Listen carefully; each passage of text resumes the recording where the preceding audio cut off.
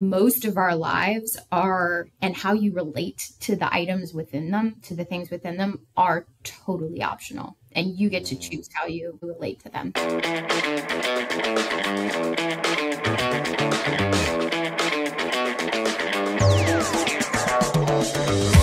Hello there, it's me, Steve Mellor, and welcome in to Growth Ready, the podcast that allows high performers to reveal the reality behind what it means to ready yourself for growth, the personal and professional challenges along the growth journey, while also allowing the high performance executive coach in me to satisfy his curiosity toward what drives optimal performance. On this episode, we're speaking with developmental psychologist Meg Trucano, who is very much in the business of guiding change, as she encourages us to question if where we are today is where we want to be 12 months from now, and how readying ourselves to make a change could be as simple as giving ourselves the permission to grow and therefore becoming the first person to change our mind.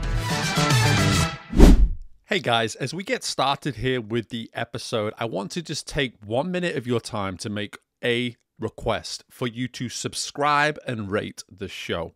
For our show to be easily discovered by other potential listeners, we need our current listeners, that's you, to take the time to not only subscribe, but to also rate the show. Whether you're listening to us on Apple Podcasts, on Spotify, whatever platform of choice, there are typically ways to be rating the show. So go ahead and click something like that 5th star and be sure to take that additional time to leave a comment or two about why it is you enjoy listening to the Growth Ready podcast. Your efforts on this will allow our show to be more discoverable, which means we're going to find more listeners and continue to have that significant impact on the community of human performance and personal development that I know you are all benefiting from by being listeners to this show. Please go ahead, take the time, subscribe, rate the show today. Hey, and while you're at it, why don't you share it with a few people as well? I appreciate you guys. Let's get to the interview. Hello there, and welcome into the most recent installment of the Growth Ready podcast. I am so excited to be welcoming in Meg Trucano to the show today. And Meg, as we get started out here, and I have so much excitement around some of the different areas of expertise that you're bringing to the show, we cannot go any further until you answer the question that I have everybody answer as we get started. Meg, what does it mean to you to be growth ready? This is a fantastic question to open with. And hello. Hello. I'm delighted to be here. But being growth ready to me really means exercising agency in your development. And I like to think about being growth ready as marrying intention with agency and aligned action. So that trifecta is what it means to be growth ready, I think. Okay. Intention, agency, and aligned action. Those are the three. That's the three corners of the triangle, if you will. Yep. Okay, I love that. Love that. Definitely a first time response to that question, as is pretty much every single response, you know. But there's something at the heart of that there that I'm a big, and I'm sure you are as well in this world of coaching. When people use certain words, sometimes you just gravitate towards the word you can't help. And I love how you said exercising agency. You didn't just say agency. You didn't just say those 3 points of the triangle. You led with this term of exercise. So I'm curious, just immediately off the bat, when you lead with a word like that, what are you maybe implying that we maybe need to better understand when it comes to something as simple as agency? By putting the word exercising agency, what is it you're maybe implying to folks when it comes to the way we maybe use something like that? Really good question. So exercising agency is all about deciding to use it. Right. So I think agency is something that people assume they have or assume they use often, because if you do something, you're exercising agency. Right. But I don't think that's actually true. So that's why I think intention and agency go so well together, is because when you decide to perform an action or, a behavior, that decision is what makes it different from any other behavior that you do, right? So that's what I mean by exercising. You can choose to not exercise your agency and sort of, I think a lot of people tend to get into that pattern of kind of coasting or being on autopilot. But when you choose to exercise your agency, you are deciding what you do. You are deciding where you go and how you grow. And so I think that is what I mean by exercising agency. It's very active. Yes, yes. And again, it's one of those words that maybe if I don't come back to it, people hear it and they just go, oh, she just means like, use it, like do it, right? Just do it. And the key insight there around the decision to, I think is such a great place for us to start here. It's this notion of when it comes to growth, when it comes to simply proving to yourself that you're ready for whatever it is that may be coming your way, it can be the simplest decision that we have to make sometimes that leads to all the right kind of actions that we, to use that other word as well, intentionally want to apply. Again, intention is a word that I think every single one of my clients, if they choose to listen, they hear a lot of my voice already. They probably don't listen to the show. But at the end of the day, like, they hear me use this word intention so much, it becomes one of their words that we use in our work because it's something we can always assess and we can have control over. But what I'm hearing is that there's this piece prior to the action, prior to the intent, maybe even, that there is a decision, there is a choice. So I would love to now just let you set the table here for us more with the work that you do today and maybe why it is that work or why it is even that response and that idea of the exercising and the decision makes so much sense because of the work that it is that you do today. So tell us a little bit more, Meg, about what work you do, and let's see if we can start to tie that together in terms of the way in which you even responded to that initial question.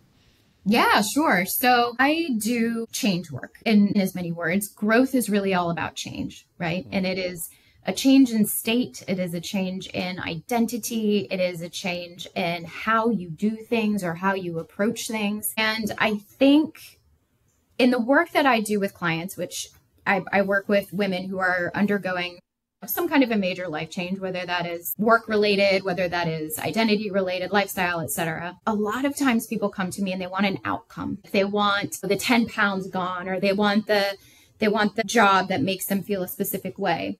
And I think when we think about growth and change in terms of outcomes, this does a couple of things. The first thing is that it really lends itself to black and white thinking. You either have the outcome or you don't, right? And that's a very limited way to approach growth and change, in my opinion. And a more effective way to effectively get what you want is to kind of suit everything up in an identity level change. And so what that would look like would be, rather than I want to lose 10 pounds, it would be, something like, I am the kind of person who takes a walk every day. I'm the kind of person who is healthy and eats foods that are good for my body, right? These kinds of the actions that come from those types of statements are far more authentic. And again, getting back to that intention and that agency. Yeah. When you go for your walk, you are being that person who takes the walk, who does the healthy action to achieve what you want, right? Like you want to lose the 10 pounds, but just that flip, that like slight refocus is what makes all the difference, I think. And I have a concept that I really enjoy using with clients called small acts of rebellion.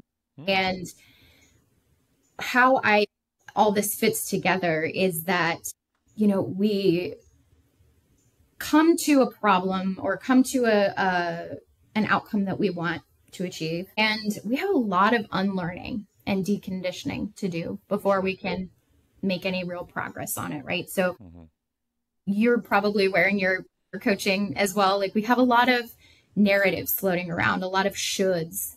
I should do this. I should do that. I should be doing this. And they kind of are running in the background and they govern a lot of our behavior without our explicit consent, but also without our awareness, right? And a lot of the work that I do with clients, especially at the beginning, is to kind of clear the weeds of all of that kind of shoulds and how it's really impacting their behaviors and ultimately impacting where they want to be, right? So when we clear away that ground, I like to think about it as a garden, right? Like you're clearing the weeds so that you can sow the seeds that you want to cultivate. You know, the small acts of rebellion are little ways that you can show yourself. You can demonstrate that, no, actually, I am this kind of person instead of this kind of person.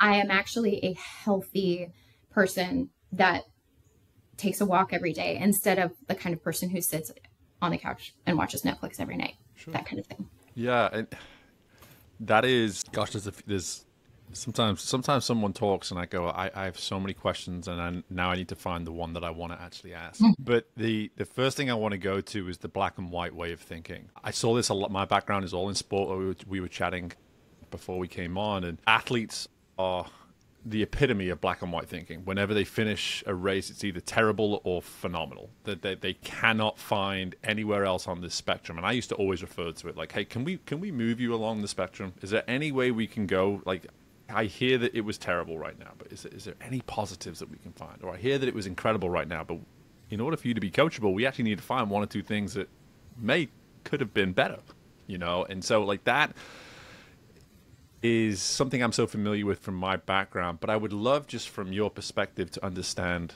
why is it we are so prone, and it is so easy for us, because we're all doing it every single day. We're all stepping into this black and white way of thinking and how we operate. Why is it so easy for us to do that? Why are we so prone to seeing the world, and maybe even more so seeing ourselves through this black and white perspective?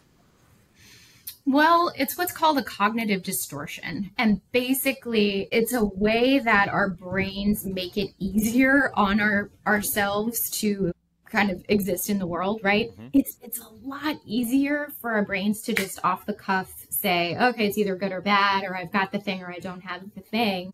Nuance is a lot more kind of metabolically taxing, right? It's more cognitively taxing to look at something and be like, well, this didn't go as well as I wanted it to, but this was awesome. Or having that nuance, right? So my short answer is that's kind of how we're wired. And it does take some intentional action to sort of override that tendency, right? That bias. And it can be done, but the first step is awareness. You have to be aware that, like, I'm looking at things in a very black and white, and really very few things are black and white if you think about it.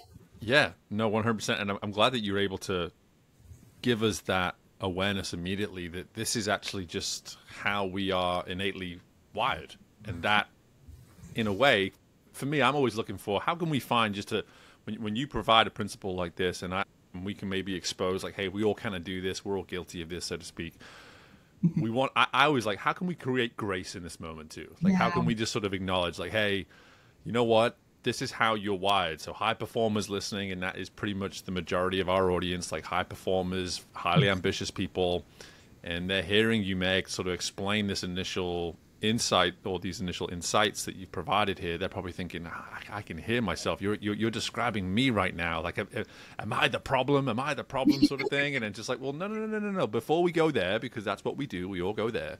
Let's slow down and just acknowledge, as you have done for us, this is innately how we're wired. But then we get the decision. Then we get to have that choice once we create that self-awareness. How, in your work, how long does this is kind of like a how long is a piece of string kind of question, I know, but just in terms of self-awareness as a whole, maybe I'll change the question a little bit. Like, what is it about self-awareness where you feel people struggle the most?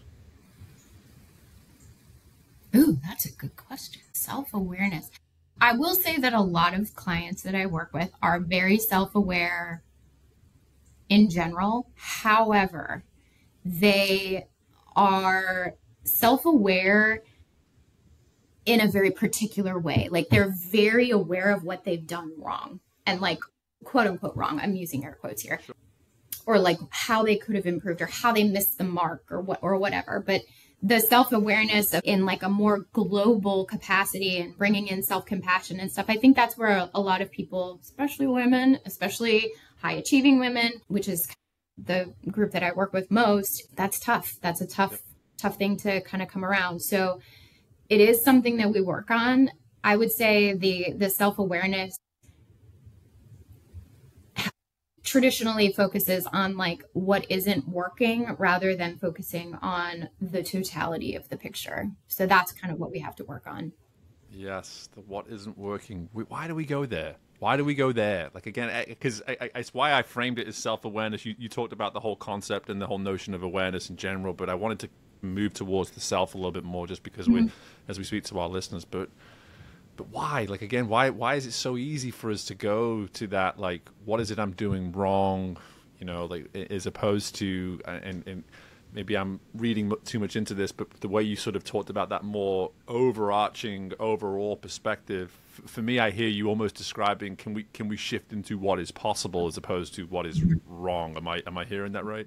Yeah. Yeah. And one of my, you probably have them too, but like the phrases that you use a lot in your coaching sessions. And one of the ones that I use a lot is like, how are you making yourself wrong for this?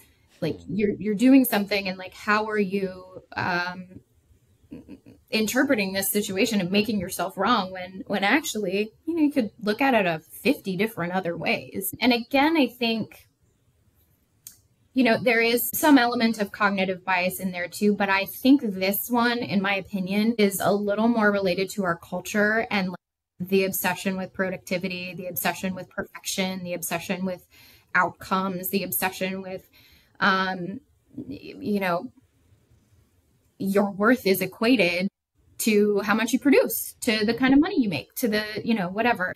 I think given that training ground, if you will, it's no surprise that we have a problem looking at things and really kind of taking a step back and evaluating them for what they are, and pulling out the pieces that we've done well. We're not ever taught to do that. And we are always taught, like we are consistently taught, like, here's how you can improve. I have a very love-hate relationship with the self-improvement space because it is focused so much on like lack and how you can be a different way, when the reality is you are awesome. You are perfectly whole and complete right now. You just want a different experience for yourself. And that is a very nuanced but important distinction, I think.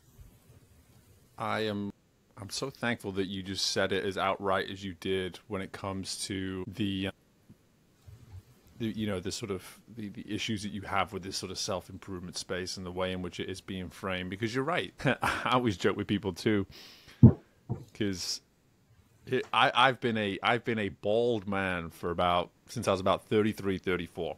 And I've always laughed because on TV, they'll tell me how horrible and terrible it is to be bald. They'll say, like, this is why you have to get this product, because who would want to live this life as a bald person? You know, here's our solution to giving you hair again. And that for me it's a humorous thing for me to identify and share, but at the same time, it's representative of everything that you're alluding to. It's just like that is how self-development, personal growth is being framed, is this like, this is where you're doing everything wrong, and this is how we can help you do it right. Whereas we're in this discussion here acknowledging that maybe that is the root cause of this, the way in which we're showing up and the way we're seeing ourselves in the first place. Is that I think that's what I'm hearing you say. Yeah, and I think it's such a fine line too, because it's like there is definitely a ton of information out there that you can use to your benefit and to improve. And look, I love it. I'm the biggest self-improvement junkie there is. I love new ideas and putting them to work in my own life and practicing them and trying new things. And I think, you know, getting back to kind of growth, I think that is something that has always come very naturally and easy to me.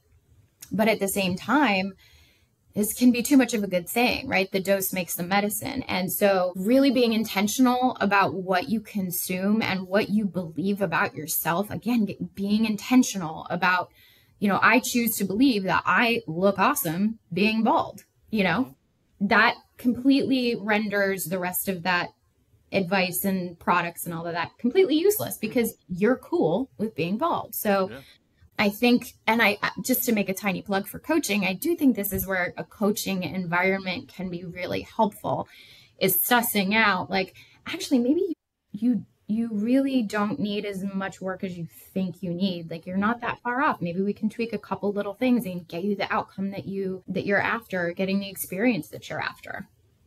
Yeah, and you alluded to this earlier, this idea of how we maybe don't have complicit consent a lot of the time in terms of the way we look at these things and the way we see ourselves. And that's only going to get harder and harder as this crazy world that we live in continues to evolve, and we don't even notice the majority of the time the influences that are coming in and affecting the way we see ourselves. But for me now, going back to that initial insight around the exercising of the agency, the decision to make it, what is it you're typically seeing in your line of work where people decide, hey, it's time for me to own my situation, it's time for me to start making some decisions for me, as opposed to allowing whatever it is about these circumstances to keep making the decisions for me instead? One of my favorite examples of this, just because it's so clear cut from the outside, but she was trapped in this for a long time. I worked with a woman who would get up at like 5:30 in the morning and spend like at least an hour getting ready, getting dressed, getting hair and makeup and all that kind of stuff before she would drop her kids off at school. And then it was like another hour or something before she started her job. And she was like, I'm so exhausted in the mornings, but like I have to get ready. And we explored it. I was like, well, how come, like, what are you doing in that time? And is that something you want to be doing? She's like, no, but I have to because, and she grew up in the Deep South. And she grew up with a mother who was very focused on external appearance and specific social circuit. And she said, I have to have a full face of makeup to go out into public to drop off my kids. And I was like, interesting. Let's look at that. Is that something that you want? Like, is that something that you want to carry forward in your life? And that's the choice. You can have it, running in the background. And if you don't bring it up to the surface and take a look at it and decide, oh, okay, this is something that I actually really don't care about. I do not care about the other women at daycare seeing me like to the nines, right? Or maybe you do, and that's okay too, but decide. That's the difference. Yeah. Is this something I want to carry forward? I love that question. I love that question. I think for me, when I think about the reasons why people listen to the show, there's on some level, every episode provides an opportunity to really ask yourself that question. Even the conversation we're having right now, is everything that you're putting out here, is this something I want to carry forward? Are these insights something that can really empower and equip me? The answer is yes, by the way. But anyway, the fact is there's an opportunity for us always to be asking that kind of a question. And I'm curious, like, whether it be that story or any of the people that you've worked with over the years, or even for yourself, what is it that you start to see from a behavioral standpoint when we start to maybe ask a question like that more consistently? Everything changes. It is. I'm continually surprised and amazed how quickly things start to change for people. So when you start to behave in a way, even if it's a small way, that's consistent with this identity that you're trying to build. And again, we take a look at least in my coaching, we take a look at the shoulds that are kind of operating in the background. We take a look at them very, very closely. And we say, okay, is there an element of this should that you want to bring forward into your life? Or do you want to just totally leave it behind? Or do you want to bring part of it? Right. And then we kind of break it down into, well, what are the small actions that you can take to kind of behaviorally reinforce these new identities? Or they don't even have to be new, but like you get to choose, right? So they could be completely new. Yeah.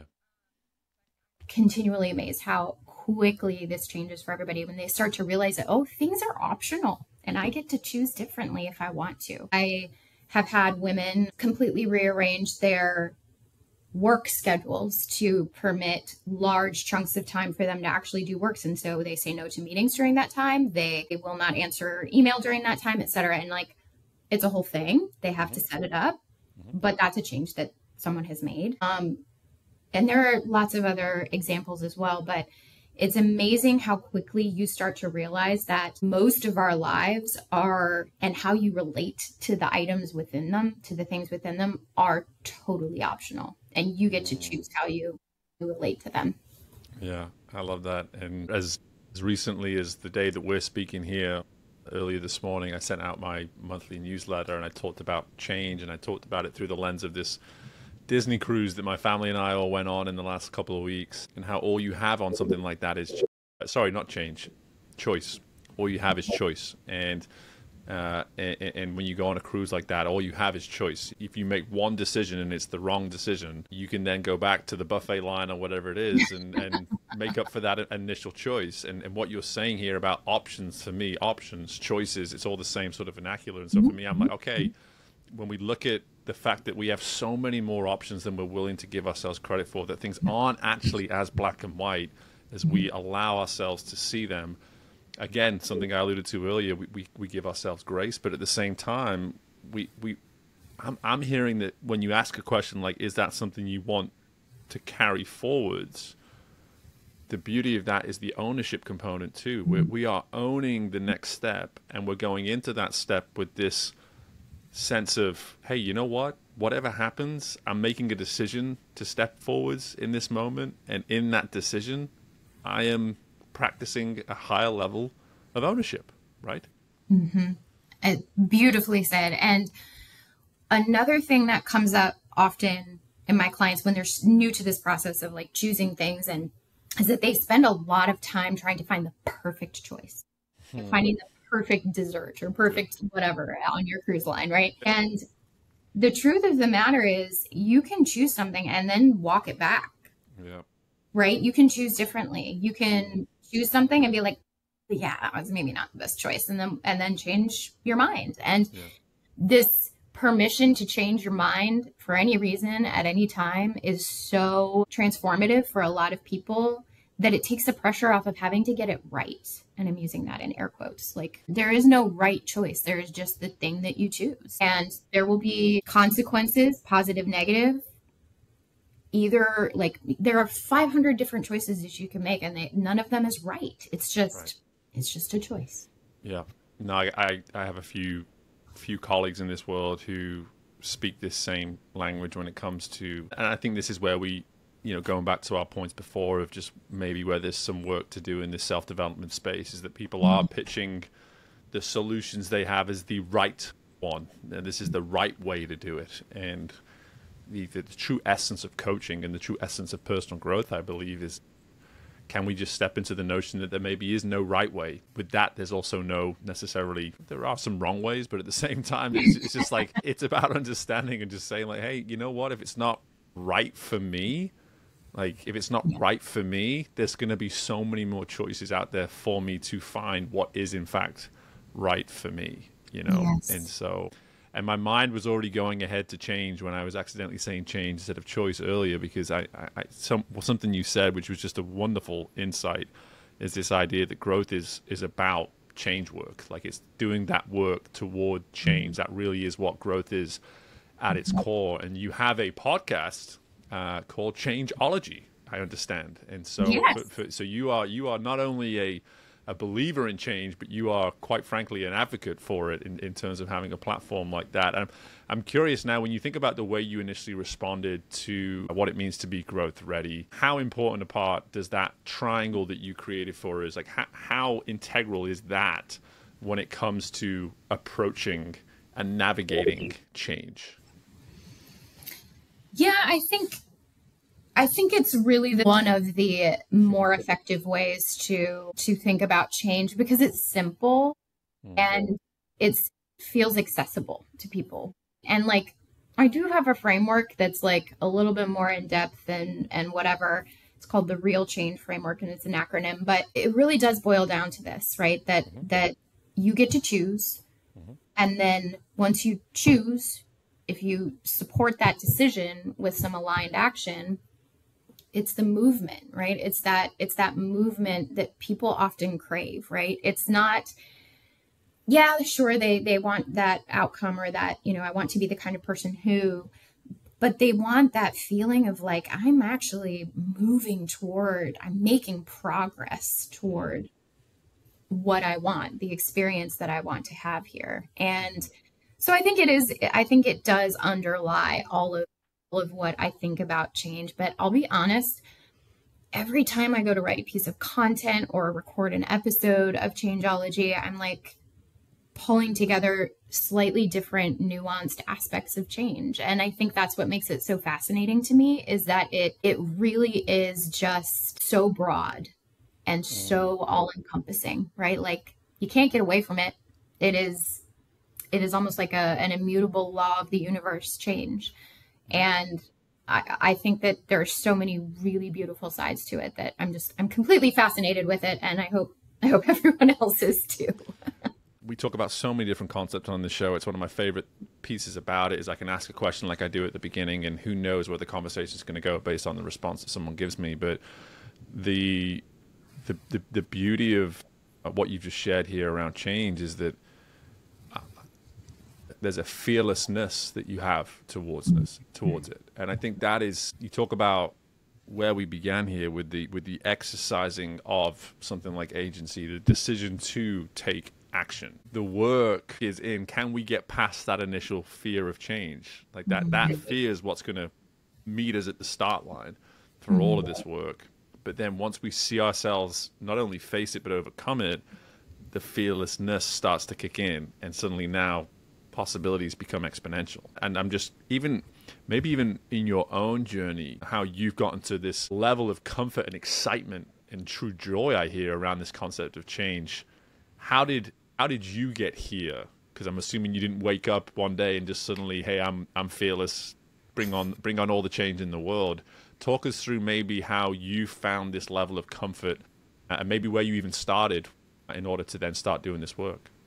Oh dear. I mean, it started with how a lot of people get to that point, which is everything kind of collapsed. I burnt out. I was a federal researcher, so I did contracting work for the federal government and would do research and evaluation stuff. And, you know, I was climbing the ladder and I was respected. I had all the things on paper, right? Like consistent salary, and I had first authorships on papers, which is something that in the academic world people care about, which to anybody who's not in the academic world, how silly is that, right? Like, how silly is that?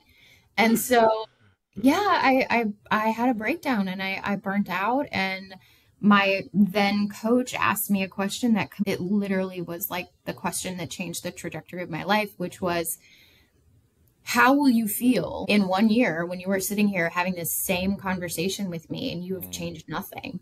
Yeah. And that was like, okay, well.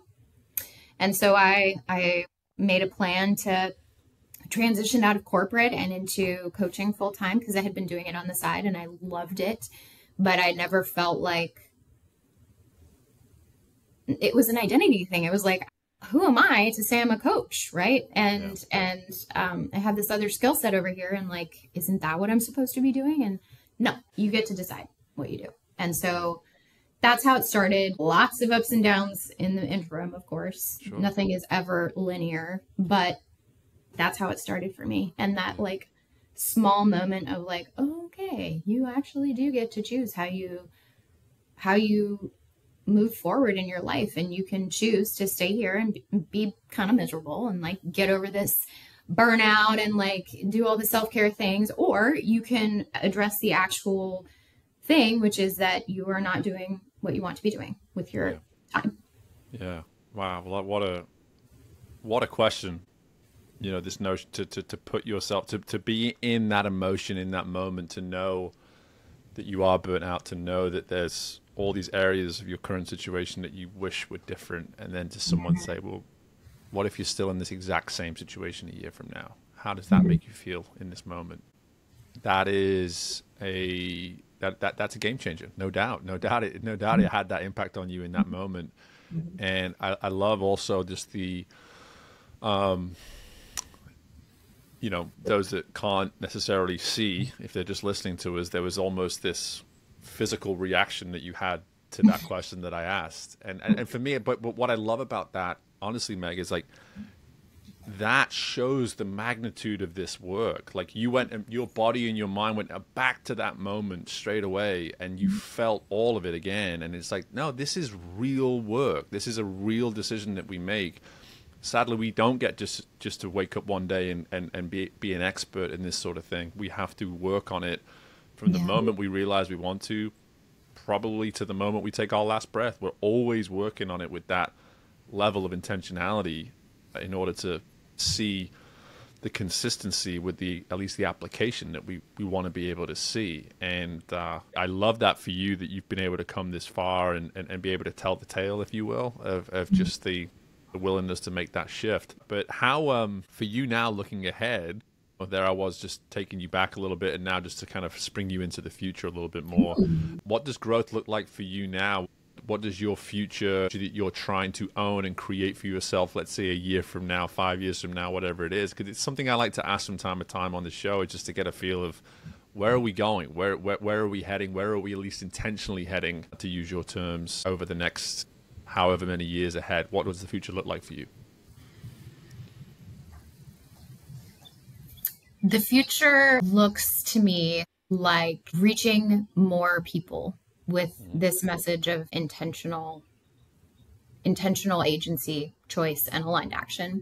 And that might happen through the podcast, through Changeology. That might happen through my coaching. That might happen through some other mechanism that I haven't yet identified. But this is too important of a message, I think, to not go after it with everything I've got. Like you mentioned it before, it burns in me. And the moment that I work with a woman and she rediscovers her own power and her own agency, it is better than most things you can experience as a coach, but as a person experiencing it. When you get reconnected with your power and your agency and your ability to craft the experience of life that you want to have. And I just think that is important, whether you're a swimmer or a farmer or a corporate person. Like, it's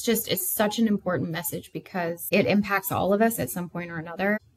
Yeah, I think so. That for me is where I hope things go in the short-term future anyway. Yeah. Yeah. And immediately I can't help but ask, why is it that you're the one who's ready to do that work? What is it that makes you ready to be the one who's delivering this message? Oh, I have absolutely lived it. And I don't know. I feel like this is why I was put here. Like, this message is that integral to who I am. Yeah, I love that. And I love that you're able to see that you're a result of this message, right? You're a walking, talking, breathing version of what happens when we step into this. And you now get to be that example in a variety of ways. But from what I'm hearing as well is that the comfort level that you have with bringing others into this space is so clear, and it's so natural for you to just say, hey, listen, change is scary. Change is all these things, but what does it mean to make that initial decision, and how hard is that initial decision to make, right? Mm-hmm. Mm-hmm. And I think, just to add one final little bow on this, is Please. if anybody is listening to this and they're like, oh, but I can't see it. That's part of the fun, is the unfolding that happens, right? You're in a valley and there's a mountain in front of you. Yeah, you have to climb the mountain, but at the same time, there is like amazing stuff beyond the mountain. You probably have no idea even exists, right? So many times I work with people and they are in a job search phase or something, and they're like, I had no idea this job even existed, or that I could do this as a living, or whatever. So there is infinite possibility. It's there for you. And yes, the first step is hard, but it really is so important. Well, I'm so glad you tied a bow on this phenomenal conversation. And at the same time, while I've already referenced the podcast, Changeology, people can go ahead and search that right away. But what else can we go and find about all things Meg Trucano? Where can we find that information? Yeah, so my website is megtrucano.com. But if anyone who's listening really wants to get that kickstart into change, I have a program that I just released called the Real Change Kickstart. It's a 45-day one-on-one intensive, and we do all of this stuff. We do look at your shoulds. We kind of clear that proverbial garden of all the weeds. We intentionally sow what you want to grow instead. And by the end of the 45 days, you will have absolute momentum to get to whatever kind of different reality you desire.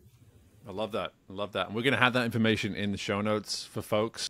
And again, hey, you want some real change, you know where to go. Now you've got that resource. So Meg, this has been an absolute delight. I knew it would be great. It maybe even over-delivered on that. So I'm just so thankful of the time, thankful for the insights, the generosity of those insights, and just best of luck with all of this work and this growth that you're not only taking on for yourself, but obviously taking on for many other people. So thanks again. Thank you so much for having me. It was great. And my thanks to Meg again for joining us on today's episode. There's a number of questions and comments as we went through that episode that I alluded to in the conversation and really sort of tried to underline and just emphasize how powerful I felt the question or the comment was. In this case, I want to highlight one that I think I may have just missed in terms of actually emphasizing it as much as I wanted to in the conversation. And that is this idea of giving ourselves the permission to change our mind. Key word there being permission. We change our mind all the time. But a lot of the time, those thoughts and those changes, they never see the light of day in terms of us maybe sharing what it is we've decided to change or an action that we potentially considered may be worth changing. We just sit in that knowledge of like, I think I've changed my mind on this, but then we don't necessarily do anything about it. And it's that permission that grants us the ability to then go and take the necessary action. We have the awareness. We have so much more awareness than we're ever willing to give ourselves credit for, but we're not seeing that muscle produce a result. We're stifling in that. We're stifling that muscle. We're quietening that muscle instead of allowing it to be given the permission it needs to execute the change that it is we know is best for us. So start with giving yourself the permission. Start small. There's got to be something. There's got to be something in your world right now that you know in your heart of hearts needs to change. Start right there. That first thing that came to mind when I said that. What is that first thing that came to mind? What do you need to start doing? Who do you need to start speaking to grant yourself permission to, in fact, follow through with the change that is on your mind, with the necessary actions that would support that change? I am so thankful for this conversation. I think it's one of those powerful conversations where two coaches just simply get together and we get to say, hey, what is it that in your world that you see more than I see that we can maybe discuss here today? And it's not that I don't see a lot of change. It's not that I don't see a lot of the concepts that Meg shared with us, but this is at the forefront of her work. And I love that we were able to get that perspective, not only from her and the work she's doing today, but from her own journey as well. So again, my thanks to Meg for joining us, for her generosity of insights. And as always, my thanks to you for listening. If this is the first time you've listened to us and you're still listening right now, don't press stop. Don't move along. Do this one small thing before you do that. Subscribe. Subscribe to the show. Make sure that this is not the first and last time that you're hearing from us, because this content is far too valuable for you not to be getting it consistently every single week onto your device. So make sure you're subscribing. Take the time to review if you wouldn't mind. But more importantly, like I said, press that subscribe button so that you're always getting the most up-to-date episode of the show. And hey, feel free to rewind and go back and listen to some old episodes as well. But in the meantime, folks, best of luck with anything and everything in your world. And I look forward to doing this again with you very soon. Bye for now.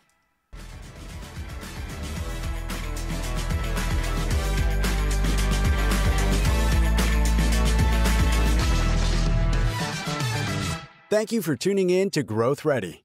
If you liked what you heard and are feeling ready to grow, be sure to leave a 5-star rating, subscribe to the show, and share the episode with someone you know is ready to fuel their growth journey today. We love our community, so don't hesitate to reach out to us at podcast@growthready.com. And until next time, we are Growth Ready, and you will be too.